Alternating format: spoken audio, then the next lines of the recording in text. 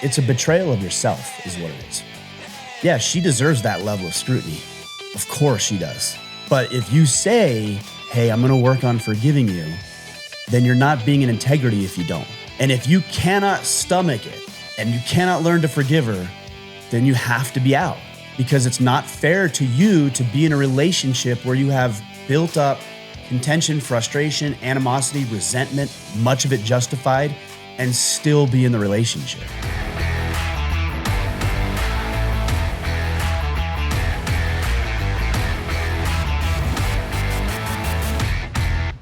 Kipp, what's up, brother? Great to see you this Monday morning. Good to see you as well, man. I had a great weekend, productive time with kids. This is one of those Mondays I'm feeling good. I'm ready to get after it and make some. Oh, nice. Yeah. How you feeling? Good.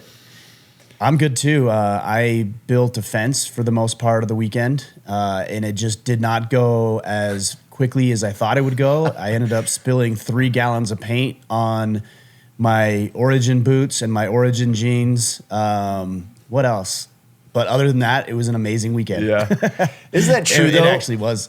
It's crazy, is man. there The time and the cost. Is there anything that you've ever done project-wise, whether work or at home, that actually goes as quick as you think it would be? There was one time, and I'm 44 years old, and I think it was I was hanging a picture, and I found the stud immediately, screwed or drilled or hammered right into the stud, hung the thing. It was like when I put it on, I backed up, it was straight. I'm like, oh, that actually only took me 30 seconds, which is what it should take to hang something on the wall. But everything other than that has gone way longer, way over budget, and a lot more frustration. But the fence is coming along. It's going to look really good. And my girlfriend really appreciates how it looks. And we got to do it together with some of her family. So all in all, outside of spilling paint and it costing a little bit more and that sort of thing, it was a really good weekend. I love it, man. I love it. Yeah. Yeah. Well, we got questions. Well, should we get into some questions? Yeah, let's do it. Yeah, got some questions from the Iron Council, and we'll pop over to Facebook a little bit. Man, kind of some tough questions today, actually. When I was, there are. I was looking at these, I was like, ooh, man. Count your blessings and just realize, right, a lot of people are going through some tough struggles, So our first question from a little bit lighter question from Chris Davis. He said that on his Battle Team Echo, they had an open topic Battle Team Eagle, had an open topic this month. They had a great conversation, but they didn't get to one of their questions, and they thought, hey, let's pose it for the Iron Count or for the AMA. And the question is, what is one skill, habit, or mindset shift you could develop in the next 90 days that would make you a stronger man and leader for those who depend on you? I was actually skill, having this habit, or conversation mindset this weekend. shift. Yeah. Mindset shift. I'll give you one. If more men did this, their lives would drastically be different. They'd get a lot more done. They would not feel so overwhelmed. The people in their life would have a lot more trust in them, which means their relationships would thrive. They'd feel better about themselves because their confidence levels would go up because they're being in integrity, and they would accomplish a whole lot more, which obviously boosts confidence as well. And that is this: do what you say you're going to do. That's it. Just do what you say you're going to do. And if you're not going to do it, then don't do it. And if you don't want to do it, but you already said you're going to do it, then do it. Yeah. That's it. If more men, including myself, by the way, yeah. I am not perfect at this. Absolutely. But if more men did that, everything else about their life would drastically change. So an example of this is, again, my girlfriend and I were spending some time together this weekend, and I said that the next day I need to do a 5K ruck in order to accomplish a physical task that I'm doing inside of our Brotherhood, the Iron Council. And we got busy and distracted, and it got later in the day than we had anticipated doing this, and now it was midday and it was hot, and I'm like, you know what? In my head, I'm like, I'm not going to do this today. Yeah. Like midday, it's lunchtime. We had other plans that evening. I'm just not going to do this. And the second I said it, finished that thought in my head, I said, nope, you are going to do it because you said you're going to do it. So I said, hey, you know what? I have to do this. I would love for you to be there. If you don't want it, I get it. But like, I'm going to go do it. She's like, no, I'm in it with you. Let's go do it together. And we did. And we cranked it out. And it was hotter than it needed to be. It took longer than I thought it was going to take, just like we were talking about earlier. But that's integrity. And it seems like on little small things that you can just avoid doing that. And you actually have some valid reasons maybe not to. But I've just found that every time I follow through on doing what I say I'm going to do, even if I figure out later that I don't want to do it, it's better. It's better across the board. And like I said, I haven't always been great at this, and it really erodes trust and credibility in relationships outside of the other things that I talked about. It's very, very damaging to relationships. And it could be as simple as going to the gym like you said you're going to go to and do. And you might think, well, that's my choice if I want to. But you know what? Other people are watching you. Yeah. Your significant other is watching you. And she's going to determine whether you're going to do other things based on can you keep commitments to yourself. Your children, they're watching you. Your colleagues, your clients, everybody in your life is watching you. And they are observing. And they are paying attention. And they are taking what you do and the commitments you hold to yourself, and they're transferring it to, is this a man who's going to be able to hold commitments to me when he says it? And if you can't, do it to yourself, you're certainly not going to do it for other people. So that's my mindset. Yeah, I love it, man. You know, Chris, this is a little bit just present on my mind because this is a discussion that we had on the Friday afternoon call last week, and it was based upon this statistic, which blows my mind. So 95% of people believe that they are self-aware. Guess what the percentage is that actually are? 0. It's down to like 10, probably 10%. Yeah, 10 to 15% are actually self-aware. And I can't help but realize, I was even reading a post over the weekend, and someone said something about we don't realize our impact in the world. We don't realize how much we're affecting people, and a lot of that is due to the fact that we are ignorant to how we're showing up. In fact, most people are not even self-aware enough to consider why they do what they do, what are their triggers, what drives certain behavior, let alone how they're perceived by other individuals. So when I think of one of the most powerful mindsets or ways of thinking it is in this space of, are you self-aware, both internally and externally? Do you know and understand how you are showing up in the world and how it impacts people?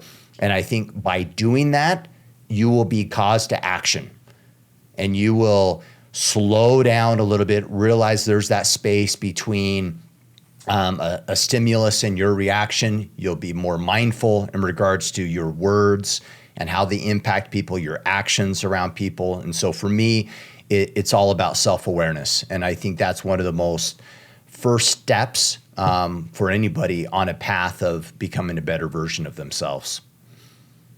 Kipp, how would you define, or how did they define in this study or paper that you read, what self-awareness actually means? Because that's one of those words where if 95% of people think they're self-aware and only 10% are, then that begs the question, what's the disconnect between what they think that word or that concept actually means? Yeah.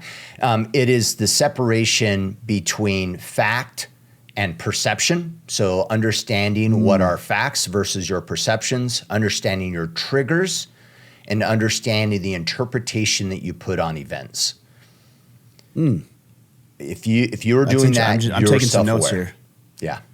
I like that. I didn't really have a definition myself, so I like that, but I wrote a couple things down here in becoming more self-aware. So separating between fact and perception, realizing how you interpret those scenarios. So number one I wrote down here is doing after-action reviews when you complete a task or a hobby or an activity or an assignment or even a conversation. Analyze that. How did that go? When you went into that, what did you try to accomplish? When you came out, what didn't work? For example, building this fence, it took a lot longer than I thought it would. Well, part of the reason is because I didn't measure the brackets correctly, and half of them were taller than they needed to be. So I can objectively look at that and say, well, if I would have done that correctly, I would have been a whole lot more efficient with this. If I didn't spill 3 cans of paint, I wouldn't need to go spend another $130 on buying 3 more cans of paint to replace that. It's like, do these after action reviews, not as a way to beat yourself up, but just to figure out what went wrong, what went well, and how you might be able to improve. Number 2, measure performance objectively. So I think this will help minimize the stories that we create on the perceptions that we conjure up in our minds. So if you're at the gym and you want to get stronger, then measure that. How much did you bench press last week? Great. How much did you bench press this week? If you're trying to lock in your diet, how many calories did you consume today? Great. How many calories are you going to consume today? The more that you can be objective with that, the better data you're going to get, and it's going to be more factual rather than opinion-based. Yeah. And then the third component, this will help on those things that are hard to quantify, is to get other people involved and ask other people thoughtful questions. So if you have a conversation with your kid, let's say, you might ask them later, hey, we had that conversation about that incident you had at school. How do you feel after our conversation? How do you feel like I handled it? Do you feel like I addressed everything that you wanted to get addressed? Could I have done something differently that would have helped you navigate that a little bit easier?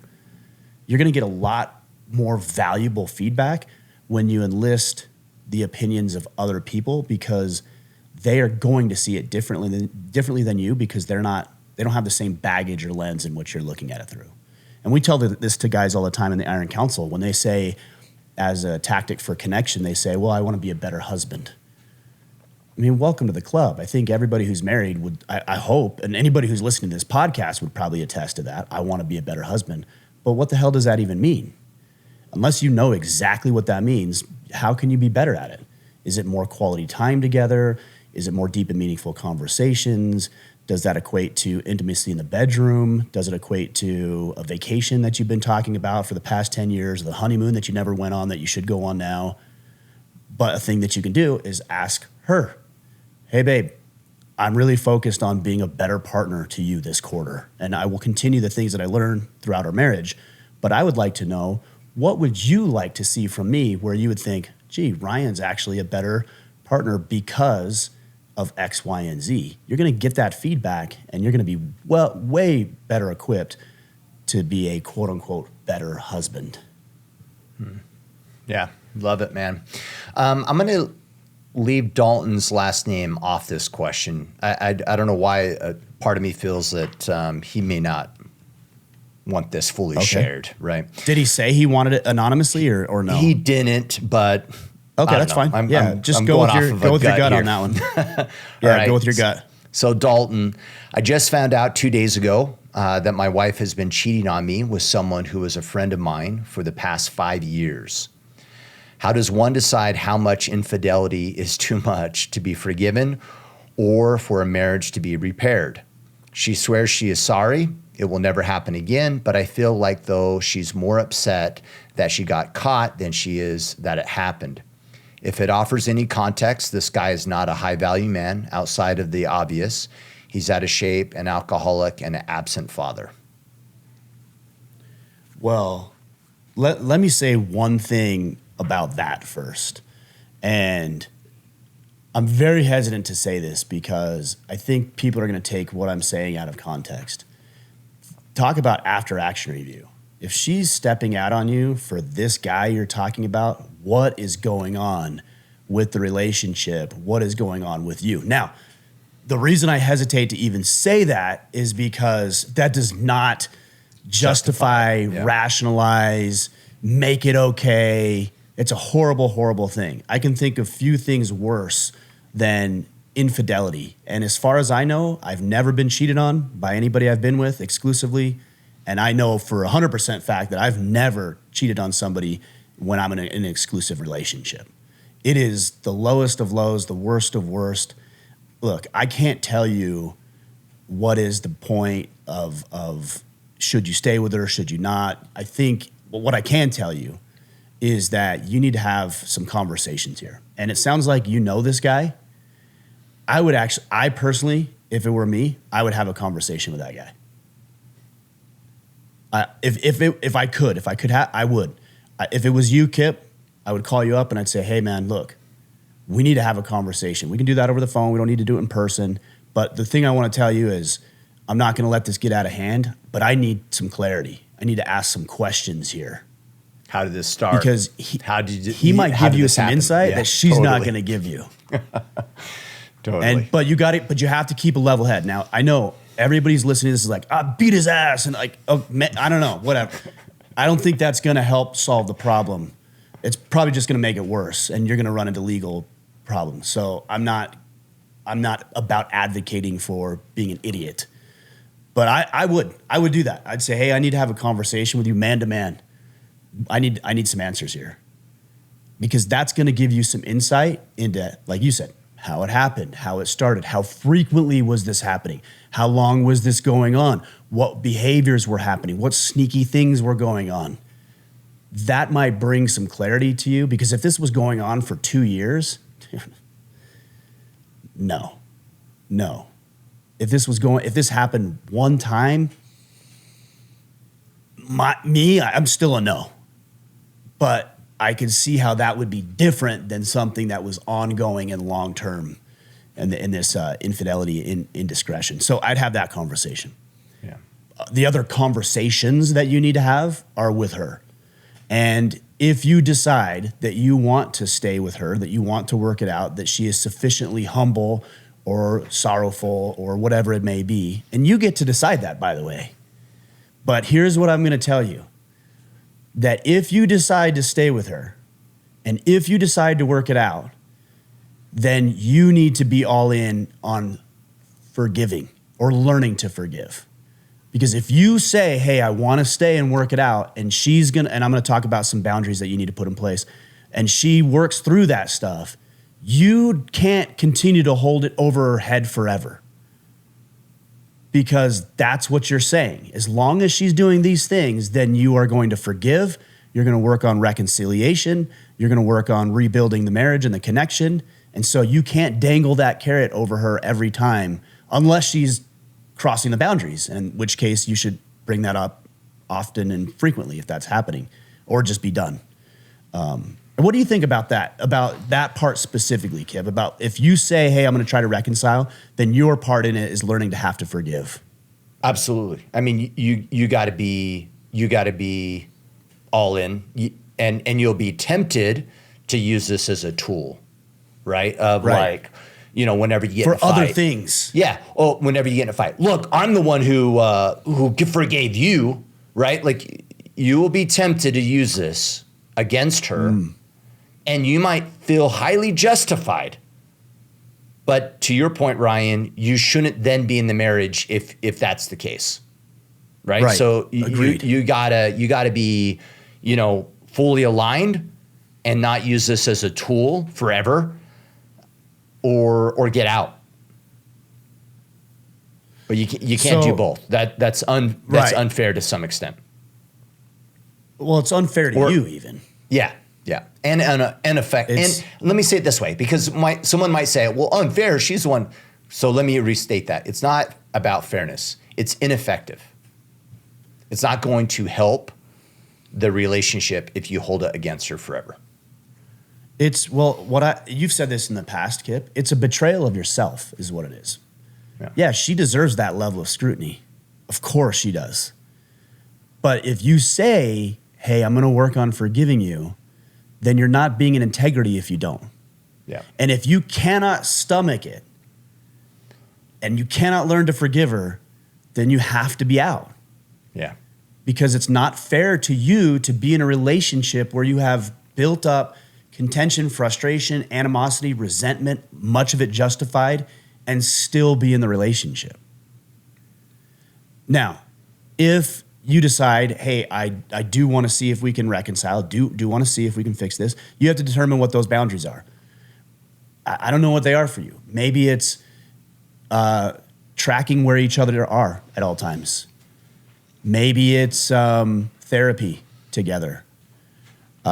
Maybe it's her checking in with you periodically throughout the day. And, I even hear people like, well, that's not fair. She's an adult. Yeah, she is an adult. If she wants to be in this relationship with me, these are my terms. And if she doesn't want to do that, then she's welcome to leave too. See, that's the interesting thing about a relationship is that everybody gets to decide what their boundaries are. And if neither party can agree on what the other person's boundaries are, then they don't have to be in a relationship. It's that simple. So if that's a hard line stance for you, and she's like, well, I'm not going to do that. I'm not a child. Okay, then I'm out. But if you're going to make boundaries, you can't bluff. Like, they actually have to be the real boundaries. So before you set what those are, and before you start communicating what they are with her, make sure that that's really where you're planting your flag. Because if you say, hey, I want to know where you're at during the day, and she doesn't inform you or turns off tracking on her phone, and then you're like, oh, it's okay, that can happen once, you're just encouraging what you tolerate. Yeah. And you're encouraging her to do it more and more and more and more, and that's not going to be a thing that works for you. I would also consider talking with people who you might know who have been through this scenario. I've got a couple friends who have been cheated. I have a couple friends who've cheated on their partner, and I have a couple friends who have been cheated on. And you might talk with the person who's been cheated on that decided to reconcile to figure out how they did it, why they did it, what was their strategy, how did it work, what were they looking for in their wife, because that might bring some clarity that I can't personally offer. Yeah, it's tough. There's another element of here, Dalton, that I would consider is why. Like, you got to address the why. Yeah, good point. You got to figure out why she did this. And until then, you're not really addressing any issue, right? Like, you might be tempted, like, oh, she feels bad. Back to, the status quo of how our marriage was. Well, guess what the probability is? Probability is it's going to happen again. Why? Because you never addressed the issue. What's the issue? And I'm not saying the issue might be you. The issue might be she is highly insecure and she needs constant validation from external men, and enough validation from you is not enough. And thus she's going to constantly keep cheating on you. You should probably know that. Or, what are you doing or what are you not doing in your guys' marriage where you guys are not aligned, where she's not excited about being with you? And if you don't address that, the probability of it ever working in the event that you choose to make it work or try to make it work is really, really low. Yeah, I think because. Yeah. Oh, go ahead. Sorry, Kipp. I thought you were done. No. That's all I was going to say. You got to identify the issue. I agree with that, but where I take a little bit of issue, and I don't even think you're saying this, but I think it could be interpreted this way, is let's say that he has a conversation with his wife, and they're trying to figure out why, and she says, well, I haven't been happy for years. You're distracted with work, and you've let go of your fitness a little bit in some ways, and I'm not happy, and so I found this validation somewhere else, or whatever. It's not Dalton's problem that she cheated. Well, it is his problem. It's not his fault that she cheated. Like, it doesn't matter. Don't do that either. It doesn't matter. Even if you physically abused her, it doesn't give her permission to cheat. It doesn't give you permission to physically abuse her, but people's behavior is their own, independent of yours. She can choose. And if you were an abusive partner, and by the way, I'm not saying that you are, but if you were, then her course of action should be to leave you, not to cheat on you and stay with you. So people can choose their own behavior, and I would just be really careful of falling into the trap of her saying, well, if only you did this better, and only you did that better, and only this, and if you change this then, and if you change that, and all of a sudden her indiscretion becomes your responsibility. Yeah. They're two separate things. You should work on yourself at all times, regardless of your relationship status. And also, she should be able to explain why she did that and how she's not going to do it again. Yeah. And that's what I was kind of getting to, is like, this isn't, she can ask things of you, right? But in the end, she has to get super clear on what was the root cause for her, agnostic, right? Like, what is she going to do different? And it can't just be what you're doing. Yeah, absolutely. Right. Yeah. A friend of mine, Keith Yackey, he runs a program called The Married Game, and he comes to mind immediately as I hear this is you gotta work on yourself for yourself. Yeah. Because if you're working on yourself for other people, guess what? People are still gonna cheat. They're still gonna leave you. They're still gonna make bad decisions. They're still gonna mess up. They're still gonna say dumb things. And if your performance is contingent on their behavior, you're going to be sorely disappointed in your life because you just will not perform to the degree you're capable of. Because guess what? Nobody's going to come and tell you good job for getting in shape. Nobody's going to come tell you good job for paying off debt.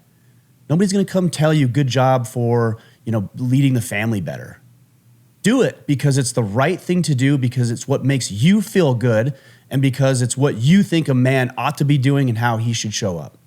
And then you can just let the chips fall where they may. And if anybody acknowledges you, great. You don't need it, but it feels good.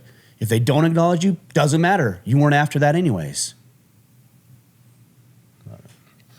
All right. Anonymous. I have a very difficult time with my wife and most of her decisions, which mainly stems from chemical dependency on alcohol that started around 2 years ago when we got married. We dated for about 5 years before this, and there was no indication that it would happen. I have a lot of difficulty with her because of almost everything she does is clearly unhealthy, and it creates a rough environment at home. I'm in a place that I would love kids, and it's a great time in my life to go forward with that, but I don't have any confidence in her to be a good mother. I've done well taking care of myself during this time, but it's hard to say this. She's holding me back quite a bit from making even more of an impact, and the impact I make on her feels negligible and pointless. There's always more that I can do, but I feel like I've tried just about everything to lead her to a living better, and she just hasn't picked it up. I want to do a separation to create some space and clarity, and it may also lead to me not wanting to come back to the relationship. Do you feel that mindset is off? Do you feel like a separation is a good option in my circumstance? What questions should I be asking myself and her leading up to this separation? And what questions should I ask myself during the separation? Yeah, man, this is so hard. I've actually talked with 3 people in the past couple of weeks that are in a very similar situation: alcohol abuse on the part of their wife, and which is not as common as the part of the husband. I dealt with my own alcohol abuse issues, and so that's more common than a wife having addiction problems, which is interesting. I think I'm not typically a huge fan of separations. If you're married to her, you're in it. That's how I look at it. You're in it or you're not. This whole thing of like, I need space to think or whatever. To find myself. I don't buy in it. Like, find yourself when you're in the relationship, because that's what you said you would do. Yeah. And if it's that hard, I mean, look, I'm not telling you not to have a separation, but what I would say is that if you're planning on separating, that you have some things in place, like, hey, we're going to separate for the next 30 days or 90 days or whatever it is. And this is what I need to see happen. This is what I need out of the relationship. I would be careful of saying, you need to change. You need to do this. You need to do that. You aren't doing this. You aren't a good mother or won't be a good mother. I would say, hey, what I need out of the relationship is I need a woman who I feel like I can have children with and will be able to take care of the children in these ways. What I need is somebody who's healthy, who will support me and stand by me and be in the mental headspace to encourage me. What I need, and you list all of the things that you need. I don't know if this is the case for you, but I think what happens a lot of the times is that when women are unhappy in relationships, they dance around it a little bit. They won't just come out typically and say, hey, I'm not happy with the way you're showing up, and you need to change in these 3 to 5 ways, or I'm out. I think if more women did that, more marriages would be saved. I really do, because I think guys do want to generally be better in the relationship. I don't think they want to lose their relationships, but sometimes we just don't know the severity of the way she might be feeling because she's not clobbering us over the head with a 2x4 and telling us to be better. Self-awareness. Right, yeah, self-awareness, yeah. I would wonder if you've done the same thing with her, or if you've danced around it because it's an uncomfortable conversation where you're like, hey, babe, I'd really like you to be better. Or, hey, it'd mean a lot to me if you didn't drink so much on weekdays. Or, hey, maybe can we limit our drinks to the weekends, or one night a week, or limit it to 2 drinks, or whatever your rule is. But you just do it so softly and subtly that it doesn't really seem like there's much consequence to doing it. That's what happened with me is my ex-wife would, and I'm not blaming this on her. My decisions are my decisions. So please understand this, guys, just like hers are hers. But she would say, I'm really worried about your drinking. Well, I don't really know what that means. To me, I'm like, well, cool, don't worry, it's okay. There you go, problem solved. Yeah, fix your worry. Do you know what I'm saying? So yeah, totally. You just need to be, if you haven't done this already, I would say first, be more clear. And clarity might be, hey, I need this in my life.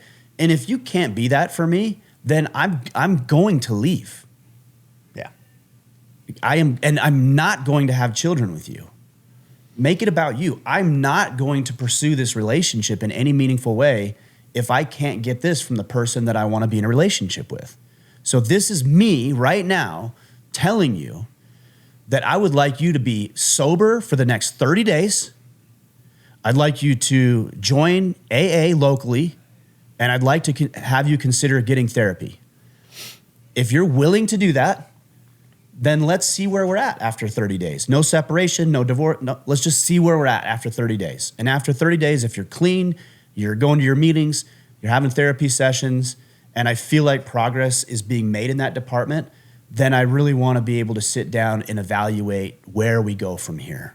But I would just take a very hardline stance before you did anything else.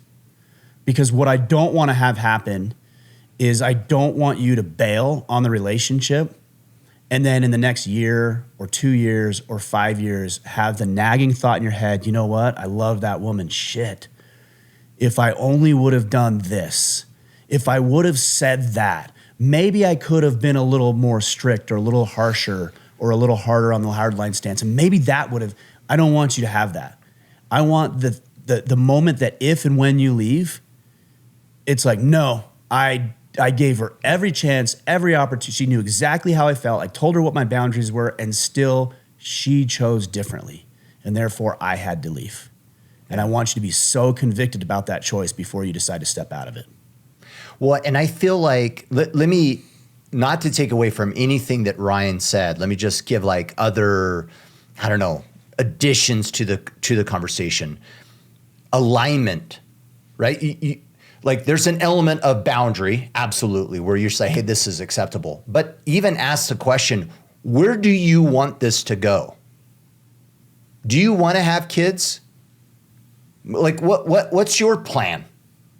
Right? Or do you just want to party and be single, right? She might be like, hey, I have zero plans to have children, right? I don't want to have children. I love the life that we're living. I love partying. I have no desire to give up alcohol. Okay, got it. We're out of alignment. This just won't work. You can try all you want, but it's not even what she wants. So as part of establishing your boundary and communicating what you want, get clear on what she wants. What does she really want?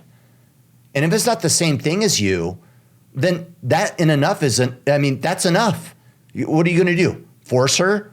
Change her? Coerce her? Well, if you don't do this, blah, blah, blah. No, she doesn't want it. If she doesn't want the same thing, then it's never going to work anyway. She might even do all those things that you might ask her out of fear and uncertainty, and then hold it against you that she made all these changes, but it's still not what she's seeking for. So get really clear. What is it that she wants out of the relationship and the marriage? And you may come to find out that it's not what you want. And then you're good to go. Now, if she says, no, I want the same thing as you, then you go, okay, got it. This is what I need. Here's the boundaries, right? This is what I'm expecting. What do you need from me, right? And then you have an alignment conversation and get on the same page. But I would inject that, get clear on what her outcomes and what her desired outcomes are of the relationship, because you might find out that you guys aren't even on the same page. And yeah. I'm in huge agreement with you, Ryan. It's crazy. In fact, I had lunch with a good friend just a couple weeks ago. He came to me probably about a year ago with a very similar situation. And he said, I think we're going to get separated. I don't know what to do or whatever. And my advice to him was, it's hot or cold. You're all in, you figure it out, you make it work, or you leave. But don't drag this sucker out. Year later, I agree. They're dragged out. He has a woman living in his house. She's stepping out on him almost every other night, partying, whatever, leaving him with the kids while he's trying to work and maintain a home and be kind of the equivalent of a mother to his children, while she's just stepping all over him because he didn't have the hard stance conversation of like, this is not going to work for me. And so she's having her cake and eat it too. So be careful. Be careful. I mean, I would get to brass tacks, right? And address the issue, deal in reality. Don't drag things out. I had another thought on this, Kipp. Have you ever had anybody in your life who was exceptionally hard on you, or at least in the moment you interpret it as being hard, and then with a little time and a little perspective, you realized, holy shit, that person actually loved me more than other people who didn't bring anything up? Totally. And I wonder if this could be potentially one of those moments. It could be a moment where the relationship's over, but it also could be a moment where you have this real conversation, and let's just fast forward 5 years, 8 years, 10 years. I don't want to give you unnecessary hope, but let's just imagine a scenario where she decided, you know what? You are more important to me. And this relationship is more important than drinking. And so I'm going to make those changes. And then she looks at you and she says, thank you for being a man. Really, like, thank you for leading. Thank you for telling me what your boundaries were. Thank you for bringing structure to this relationship. Thanks for holding me to account. That's just as likely as a scenario as anything else that might happen. But there's no downside to doing that. Well, the only downside is you might lose the relationship, but you're already losing the relationship. So it's not this that's making the relationship go sour. It's what's already happened. So I just think these hardline conversations, and the reason I think most people don't have these conversations is not because it's uncomfortable for the other person, but because it's uncomfortable for the person having the conversation, right? I don't want to feel weird. I don't want to feel awkward. I don't want to feel this way. And so therefore, I'm not going to have the conversation. That has nothing to do with your care for another person and everything to do with the care you have for yourself. Yeah. And there's a level of service on this exit, right? Like if this ends up being the end of the relationship, if handled well, you are giving her some insights in regards for her to consider for herself for future change. And it'll create an opportunity for her, whether she'll use it or not, who knows? But it's kind of the right thing to do, right? As you're talking, Ryan, as I think through this, it's like, what's the right thing to do? And do that. And let the chips fall. And you're going to be in a better situation if it ends. Like, you're going to find out, hey, I have boundaries. I'm a man of my word. I'm a man of integrity. I have boundaries. And I'll say this is the last thing. And I know it sounds like I'm joking. I'm not. Do not get her pregnant. Absolutely. Like, whatever you do, do not get her pregnant. And I'll leave it there. And I'm not making a mockery of that. I'm not joking. I'm telling you seriously, do not get her pregnant. Get this stuff figured out first. Absolutely. Yep. Totally agree. All right, Bam Lundy. How do you know it's time for your son to have a rite of passage? Because you asked the question. You're up. It's time. Let's go, Bam. It's time, man. Dude. You're thinking about it. Well, look, I think sometimes when we think of quote unquote rites of passages, we think about these grand, elaborate, scheming exercises. And sure, there should be some of that. But I think there's a lot of different moments for rites of passage. For example, the first time one of your sons or daughters plays a sport, that's a rite of passage. Now they're on a team. They're learning, there's sacrifice involved, there's risk involved, there's development of skills, there's an acknowledgement of growth, all of the elements that go into a quote unquote rite of passage would apply to your son or daughter being on their first sports team. And that might happen at 6 years old, 5, 6 years old. So that's definitely a rite of passage. First time they win a game. First time they ride their bike. First time they eat all of their vegetables at dinner. Like, these are all rites of passage in a way that you can honor and celebrate and acknowledge. And I think if you do that, then it no longer becomes about the rite of passage, but a series of rites of passages. And I think that's what we should focus on. I think 8 years old was really crucial for my boys. 8, 10, 12, 14, 16, 18. Those are the years that I was really specific about what I do for those years. But yeah, you should be looking at your child's entire life as a rite of passage, and you should be honoring and celebrating their achievements if they've hit those milestones. Yeah, love it. All right, Joseph. Can I say, was there ahead. a question though, Kipp, about like what should be included in a rite of passage? Was something like that included? You're right. He commented to his post and said ideas. Oh, okay, yeah. Rite of passage ideas. Does he say how old his son? I assume it's a doesn't. son. Does he say? Okay. Yeah. Well, camping trips are always really good. A hunt, something like that, where he could be with the boy. I'm assuming it is his son, right? He said his son. Yep, he said son. Yeah. Something where he could be with the men. Think about what your traditional historic rites of passages were. The boys were quite literally taken from their mothers when this time happened. So they were taken from their mothers. They were taken from the village. They were with the men. Okay. And then they went out and they completed an exercise or a series of exercises that was challenging enough that would really push the young men, but not challenging enough where they wouldn't be able to accomplish it. But there was a very real risk of, in many of these situations, their young sons dying. I'm not saying it should be that difficult, but I'm just showing you what is involved. Risk is involved.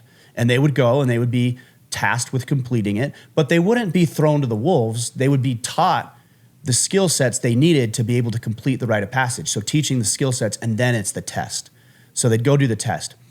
If the boy came back successfully, let's say he killed the saber-toothed tiger, or he stole the egg out of the bald eagle's nest, and he came back and he did it, he was then welcomed with a seat at the table with the men. You are now one of us. And he was now called a man. And then he was marked.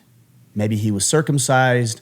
Maybe there was tattooing, branding, but there was a physical mark of the fact that he had transitioned from boy to man. And only then was he then welcomed back to the village where he could see his mother as a man, not a boy. So that's what should be included in a rite of passage, a little bit more loosely because we're a little more civilized maybe than we used to be. But what are they? Teaching a skill set, taking them from their mothers, so a camp out, a trip like that, an excursion with just the men, no women involved in this. The test, so you need to hunt successfully, or you need to catch a fish, or you need to answer these questions the correct way. You need to be able to teach me how to shoot a firearm correctly, teach me the 4 firearm safety rules, successfully complete this course that I put together for you. And then, so there has to be that, an element of sacrifice and risk, because there is. If you're doing something dangerous, there's a risk involved. And then you have to acknowledge that with a ceremony. And that ceremony doesn't have to be this big, huge ritualistic thing. It could just be at the campfire that night. All the men sit around, because you've got like 4, let's say you have 4 men and they all have their boys with them. And all 4 men talk with the boys about what they've accomplished, what they've done, what it means to be a man, how they're on that path, and then maybe even saying something really affirming about their sons because they've completed it. And then there might be a little memento, and that's the acknowledgement, the scarring or the tattoo. I'm not saying that, but it might be just a little memento. Yeah. Maybe it's a knife or their first firearm that they earned with what they shot. This is yours now. Here, this is how you remember this moment. And only then do they come back. I would also say there should be some level of secrecy. Not I don't really quite know how to word this, but there should be a motto maybe like, hey, son, I'm going to teach you a motto that only we know. Yeah. We don't share this motto outside of our bond. Makes it sacred. And it's sacred. It's like the women don't know about this. The mom doesn't know about this. She knows all the things that we did. We don't have to hide things from her. But this phrase or this little thing, this is ours between you and me. And I think things like that are pretty meaningful and significant. And you can do that at any stage, whether they're 8 or 18. It's just more complex when they're 18 relative to when they're 8. Yeah, I love it. I'm thinking like 16, Bam's like, all right, he's 16. I want to see a drift, 360 drift, pulling the e-brake, and then you get the car. It's joking. That's right, exactly. Modern version. Exactly. Yeah. All right. Joseph Dowdy. How would you handle teenage children who expect to be given everything and work for nothing? Specifically, if you and your wife have taught them right and expect chores and grades to be maintained, but the teens eventually bought into completely to the me mindset. I will answer that. I just wanted to share one thing real quick. If you just go to orderofman.com and type in rite of passage, I did a podcast specifically on rites of passage that need to be included. It was exclusive, involvement, challenging, instruction, proof, follow-up. But you By the way, we used to get podcast. this question all the time. We haven't gotten a rites of passage question for probably over a year. But remember that? It seems like every other question is like rites of passage all the time. It's interesting. Yeah. Maybe I'll do another Friday field notes and update that because it is one that we get all the time. I'm going to write this down. Okay, so the best thing that you can do with a child who is involved in that me selfishness is just take away things gradually that you've been giving them until they figure it out. Yeah. That's it. Or give them responsibility. So I don't know how old the kids are. He doesn't say how old they are, does he? No, but he kind of, we raised them good. Now they're teens, right? So now they're kind of in their teenage years. They're focused on. So they're probably still at mindset. home, right? 18, 19 at the most. So they might still be at home. So in that case, charge them rent. Like if they're 18 years old, charge them rent. Hey guys, starting January 1st, I just want you to know rent's $200 a month. Oh, that's not fair. Yeah, it's fair. You're 18 years old. You aren't out working. You aren't going to school. It's fair. Like it's time for you to learn how to contribute to the household if you're going to be part of this household. Well, then we're just going to move out. Cool. That's what I wanted you to do, to go live your life. So start charging them rent. Give them a little time. You don't need to be a dick and just be like, today you owe me $3. Like give them set time. the expectation. Yep. Right. And also give them a chance to like do something else if they're to the level where they can get out of the house. If they're still at home, you can't have them charge rent. But what you might be able to do is say, hey, you know what? If you don't do these chores, then you don't get to participate in the family this way. Yeah, like this is a family usage thing. Or whatever. Yeah. Right. Or your phone that I pay for. I'm not paying for your phone if you don't mow the lawn consistently and regularly. Oh, the insurance on your car that you're driving around, the one that I bought for you or am making the payments on. Yeah, if you don't contribute to the household in a healthy way, I'm not paying for the insurance anymore. Or you won't be able to drive the car. It's my car. You won't be able to drive that car. You just have to start. There has to be consequences because the only way that human beings function and change behavior is on two things, incentives and disincentives. When they aren't behaving the way that you want them to behave, it's because there's not enough incentive to do so or a disincentive not to do so. So I would start pulling things away, but I'd give them the opportunity to contribute. Hey, if you want me to pay the insurance on your car, I'll do that. It's $200 a month. I'll do that. But in order for me to do that, here's your end of the bargain. This is a contract, buddy. And the contract is you be a good, productive, contributing member of the household. And if you do that, then I'll pay your insurance. But this is not a freebie at all. I'd also have them start doing other things like dinner. Hey guys, Wednesday and Thursday night, those are nights you don't have practice. So those are your dinner nights. All the ingredients will be in there. I'll even come in and cook with you. But those are your nights to cook dinner for the family. Give them responsibility. That's how I do it, and that's how I would do it. Yeah, totally. And it goes without saying, maybe, but manage expectation up front. Make sure that they're aware of it. Don't get all festering, pissed off, and then you drop the hammer tonight at 6 p.m. You kids need to do this stuff. It's like, come up with a plan, communicate it appropriately, set the expectation, and then you gotta don't back down, right? You gotta be a man of your word and ensure that you follow through, right? And that's the tough part because they'll get pissed off, and then you might have a tendency to blur the lines. And also, Joseph, make sure that you're enrolling your wife, that you guys are aligned, you're on the same page of what this looks like. Good call. Don't go implementing new processes without her input. So just be mindful of that. That's a good call. Yeah, I mean, even my youngest son, who's 9 years old, he likes Pokemon and Legos. So if we go to the Walmart to get something, he's like, "Can I get some Pokemon cards?" I'm like, "Yeah, sure. Do you have any money?" No. I'm like, "Well, how are you going to buy Pokemon cards?" He's like, "Will you get them for me?" I'm like, "No." And you know what he says to me when I know when he wants Pokemon cards? You know what he says to me? "Hey, Dad, can I go work in the store and earn some money for shipping store orders?" Because he knows if you want extra things, you have to buy them. I'm not buying you Pokemon. I don't even like Pokemon. I'm not buying Legos. I'd be tempted just because I like building Lego with my son. But if it's something ridiculous, I'm not interested, right? So if you want them, you're going to have to earn them. And he already knows that at 9 years old. Yep. And he'll also say, "Hey, Dad, can I buy this thing? This pack of cards is $5. I'm like, "Do you have $5? He's like, "No, but can I work tonight?" "Yeah, you can work tonight and come back tomorrow and buy them." You're not buying Pokemon cards on credit with me.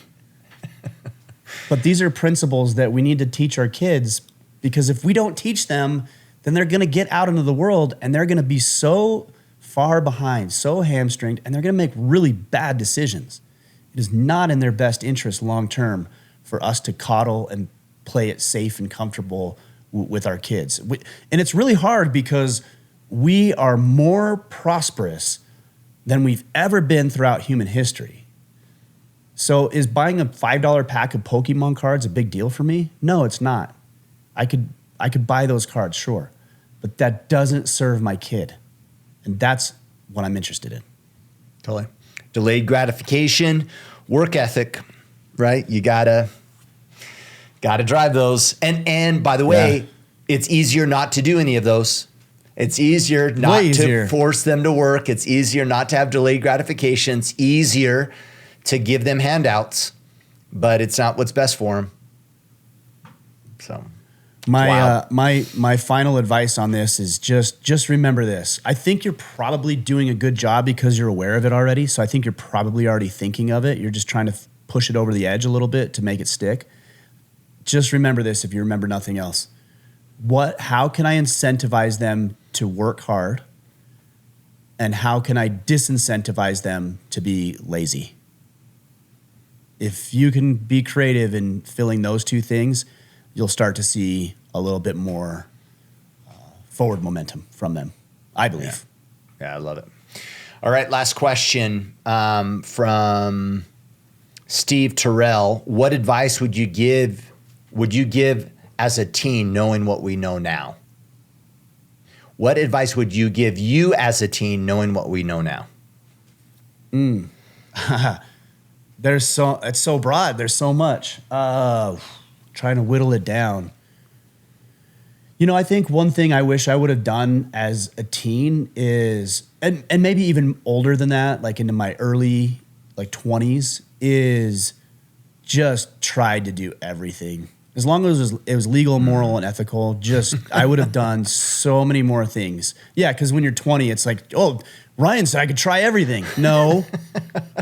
Not everything. Within parameters. And occasionally, if my daughter, maybe she's done some work around the house and she has $10 to spend, she'll want to go to the Dollar Tree store, which I hate that store. but she loves it. It's the most ridiculous store. But she wants to go with one of her friends, and she has $10, and she's like, can I get whatever? I said, can I get this thing? And I'm like, you can get whatever you want. It's your money. She's like, whatever? I'm like, okay, not whatever. There's parameters. And for a young man who might be listening, I'm not telling you to do everything. Legal, moral, ethical. Outside of that, try everything. If you have an opportunity to go to the Bahamas, you should probably go to the Bahamas. If you have an opportunity to go skydiving, go do it. Try it.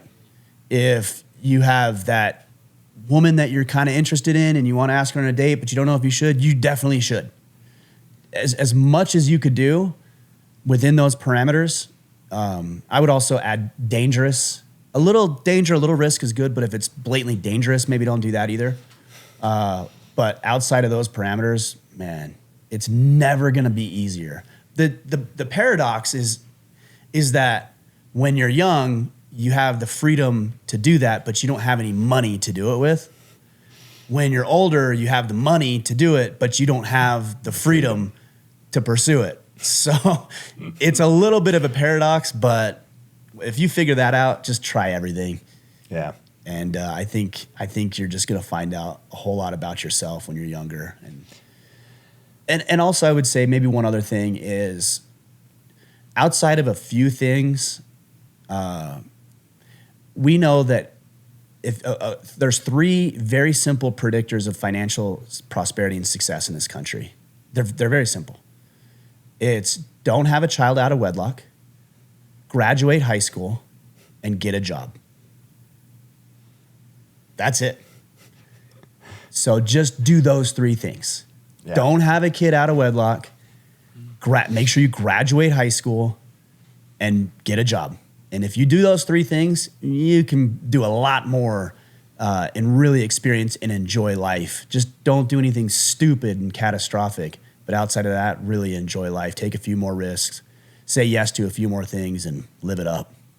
It's interesting when I think about this question, I just realized the advice I'd give myself is the advice that I find myself giving my kids right now all the time. And it's probably me projecting on them of like, I wish I had this when I was younger. Yeah. So I'm probably overdoing it. If I was your age, and if I would have known this, then then I would have been Uncle Rico. Uncle Rico. So, no, I think for me it's reps, right? I think I would have coached myself in, hey, Kipp, greatness is found in those willing to pay the price and put in the reps. So if you want something, you have to rep it, and you have to rep it more than everybody else. And it's just about the reps, and to let go of this idea of like some kids are more talented or they're gifted, and it's them versus the reps that they put in versus those that didn't put in the reps. Now, I know that's not 100% true. Obviously, some people are more gifted, talented, and have some skills. But just being aware of that, I think, is super critical when you're younger, because we have a tendency to see the grass, right? See the other kids, see the other athlete, and they're like, oh my gosh, I wish, or whatever. And it's like, oh, stop wishing. You want it, then pay the price. And it's called reps. Start putting in the reps, right? Anything's possible. And I think that's foundational for me. Maybe so much that like the little guy, right? It's like at 5 years old, right? He wants to do nightly pull-ups, push-ups, and single-age shots, right? Because he believes in reps. and he wants to put in the reps. So we'll see if it pays off. But yeah. I mean, and the other thing is, you were saying that is anything that a person has at a young age that you look and say, oh, that person they're naturally this way, actually becomes less and less relevant the older we get. So for example, if you see this kid and you're like, oh man, that kid is so gifted at sports, he's not going to play sports forever. It becomes less relevant. Totally. Or, I see people, women and men, who I thought when I was, 16, 17, 18, were just mate, like the guy, I'm like, that guy's good looking, he gets all the ladies, and that woman or that girl is beautiful. And then you see him now, you're like, they look a little different than I remember. Or even the person who's, a genius and they're so intelligent and so smart. I was never very bright. I mean, I was decent enough to get through high school and get a small scholarship for a local college, but I wasn't like genius level. But I know financially, economically, running a business, I do a lot better than some of those people who I know were significantly smarter than I ever was. Yeah.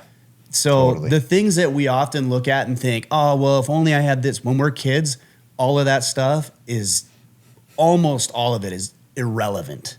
It's pretty wild if you think about it. It is really wild. In fact, we talk about that all the time. It's like the people that you assumed would have been like a governor or an owner or a CEO of some massive corporation, they just kind of have a mediocre job. And it's like, whoa, I just assumed something different, right? Just based upon high school experiences. Do you know why I think that is, actually? I think it's because there are certain people that are so gifted at certain things or have things handed to them because of their intelligence or their physical prowess or their good looks, that when either those go away or they're in an arena where that doesn't really matter, they actually have to fight for something, but they've never really learned how to fight for anything because they've never had to. Totally. But you take, okay, so here's a great example. You take somebody who's maybe not physically attractive, and the joke is that they better be funny because they're not attractive. But there's actually truth to that because humor is attractive. Yeah. So ugly people better learn to get funny, and I'm not even making a joke of that. Like, they better learn something else that's going to get them in the game because they don't have the looks, right? Or the individual who grew up in extreme poverty, they better figure out how to be resourceful, because if they don't learn how to be resourceful, or they don't know how to learn to communicate with people, or they don't learn how to ask for what they want, man, they're going to be left in the dust. So I believe being the underdog can actually be a very huge blessing if you choose to look at it that way, because you're going to have to develop a skill set that the other person won't have to. Yeah, it's the forge, right? It's the forge that sharpens us. Yeah, it's fascinating to me. Well, we have a couple calls to action. Man, I'll be honest, man, reading these questions when you first started off today, I was like, "Ooh, this is heavy stuff, man. It's super heavy stuff." And just kind of maybe, I don't know, I just feel inclined to say, keep your head up, right? I mean, we're kind of wrapping this up with this idea of like these difficulties and challenges. They're the things that forge us. They're the things that ultimately help us to become a better version of ourselves. I know that sounds odd to say for some of these guys that are just in the middle of it, but use it to catapult yourself into a better version of yourself, so you can serve other people in a more powerful way. I mean, and I really do believe that. I think, Ryan, both of us can look in our past and say it was some of the hardest times that really catapulted us into being a better version of ourselves. And that's just kind of how it works. And so, I know it's difficult, but hopefully these guys maintain a positive attitude and look for opportunity for growth. Well, and I think, Kipp, and you're alluding to this as well, is you just have a choice to make. Like you're gonna deal in relationship hardship. You're gonna deal in financial hardship. You're gonna deal in medical illnesses. You're gonna lose loved ones. Like, life's hard. It is. Yeah. It's hard for everybody. And I've seen some people come out of the other side with just some amazing results and success across various metrics and aspects of their lives. But after talking with 560 highly successful people on the podcast through the interviews that we've done, I know that all of them would say, I chose to do it differently. I chose to learn the lesson. I chose to try something different. I chose to develop this skill set. I chose to fill in the blank. And it's the choices that they've made that have got them through the hardest times they've dealt with. Absolutely. And you have that choice too. Like, everybody says, well, if only I didn't have this thing. Well, that's not true. Those people who have just tremendous adversity are the ones who often come out ahead of everybody else who may, like we were talking about earlier, who may not have those things at all. Totally. With you guys that are dealing with divorce, check out Divorce Not Death to sign up to be notified of when that course will be available. That's divorcenotdeath.com. And then, as always, connect with Mr. Mickler on X and the gram at Ryan Mickler, and stay connected to us by the newsletter on orderofman.com as well. Yep, that's right. Well, guys, appreciate the questions. Good ones today. A lot of people, like you said, Kipp, dealing with some hardship, but you can get through it. I have faith. Kipp, you've got through challenging times. I certainly have as well. You can. Just make choices, learn new things. That's what you're doing here. Now go apply it. All right, guys, we will be back on Friday. Until then, go out there, take action, and become the man you are meant to be.